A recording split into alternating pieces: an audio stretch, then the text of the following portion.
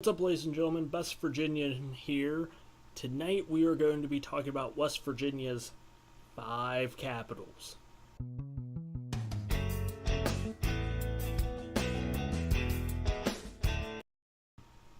If you watched my episode on how West Virginia became a state, you will know the original capital was in Wheeling, but if you look at a modern map, they'll all say that the capital is in Charleston, which in reality, West Virginia has had 5 different capitals, not counting Richmond, which was the state capital of the combined states of Virginia before separation in 1863.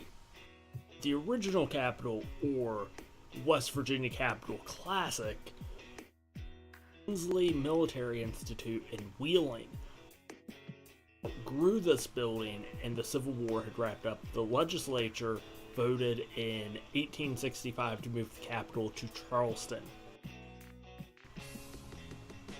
It took 5 years for the new Capitol building to be built, and during this time the government met in Wheeling. In 1870, the building was completed and the new Capitol was opened on Capitol Street in Charleston. 1875, Wheeling offered to build a new Capitol for the government if they moved back to Wheeling. The main reason for this was because Wheeling was accessible by rail, and at this point Wheeling was actually pretty close to the same size as Pittsburgh, but at this point Charleston wasn't accessible by rail. It was not stated in any articles that I read. It's safe to say people weren't happy about who was able to access Wheeling by rail from out of state and influence West Virginia state decisions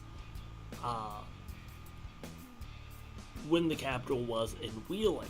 Clarksburg, Martinsburg, and Charleston were put forward on the ballot as options for the capital, but Wheeling was not even listed.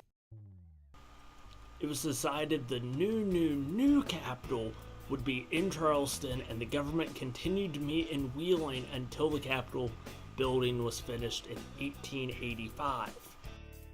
When the government left Wheeling, the new capital, the second Wheeling capital, was converted into a city hall and a county courthouse because Wheeling is the county seat of Ohio County. That was used up until 1959. Into this capital that literally had only been around for 10 years in Charleston, they completely demolished it and built a new capital.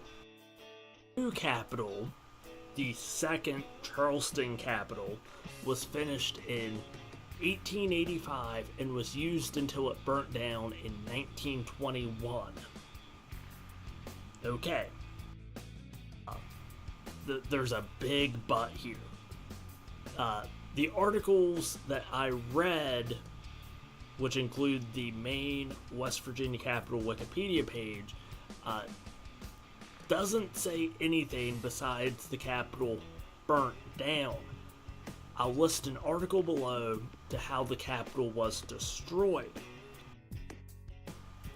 January 3rd, 1921, a fire broke out of unknown origin. While the fire did a lot of damage to the Capitol, a large amount of damage was done when ammunition being stored at the Capitol detonated. You might be wondering, why was the West Virginia state government storing ammunition at the state capitol? In 1920 and 1921, actually from 1912 to 1921, West Virginia was in the midst of a massive Cold War between the coal companies of southern West Virginia and Union coal miners. The war began with the Cabin Creek and the Pink Creek strikes and ended with the Battle of Blair Mountain in August 1921. Years earlier, when the strikes first started, the state government feared a full-on rebellion. Remember, this is only about 60 years after the first American Civil War, and after the first phases of the Bolshevik Revolution in Russia that started under fairly similar circumstances.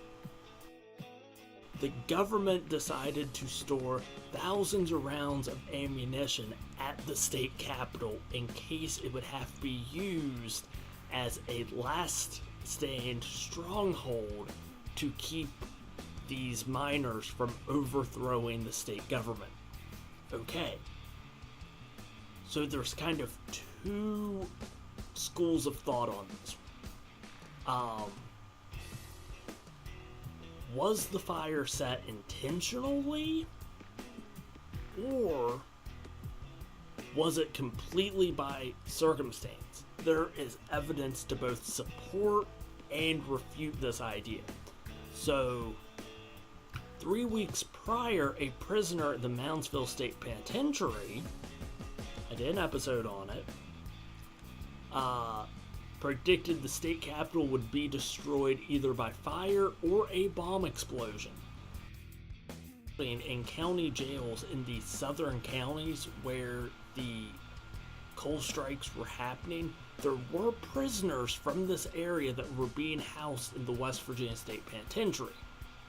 Okay, so there is a chance, if there was some kind of saboteur involved in this, that this prisoner overheard that they would try to destroy the state capitol. Not a whole lot of information about it, but just keep that in mind. Also at this time was the trial of Sid Hatfield and 22 other miners who had been charged with murder over their roles during the Battle of Matewan. The area was actually kind of calm during this point. They didn't want to do anything that would tip the decision of this trial against their fellow miners. Okay. Either way, where are we on? The new Capitol was destroyed in 1921. Okay. It began in 1924 on the new Capitol. Said during this point there was the cardboard Capitol. That's what they called it. It was like a wooden shack Capitol while they built this new one. Construction ended in 1932 on June 20th of the current West Virginia State Capitol. Designed by Cass Gilbert. A fun little note. He liked his design choices for the state Supreme Court chamber so much years later when he was asked to design the federal Supreme Court chambers, he basically used the same design. Do a whole episode on the current Capitol, West Virginia, down in Charleston. But for now, that's just a brief little overview of the history of West Virginia's five Capitol buildings. So you have the first Wheeling Capitol, you have the first Charleston Capitol, you have the second Wheeling Capitol, you have the second Charleston Capitol, and you have the current Charleston Capitol. The 5 Capitol buildings of West Virginia. Check me out on Twitter. I'm on there at BestVirginian, at Best_Virginian. Don't forget to stay wild, stay wonderful, and welcome to West Virginia.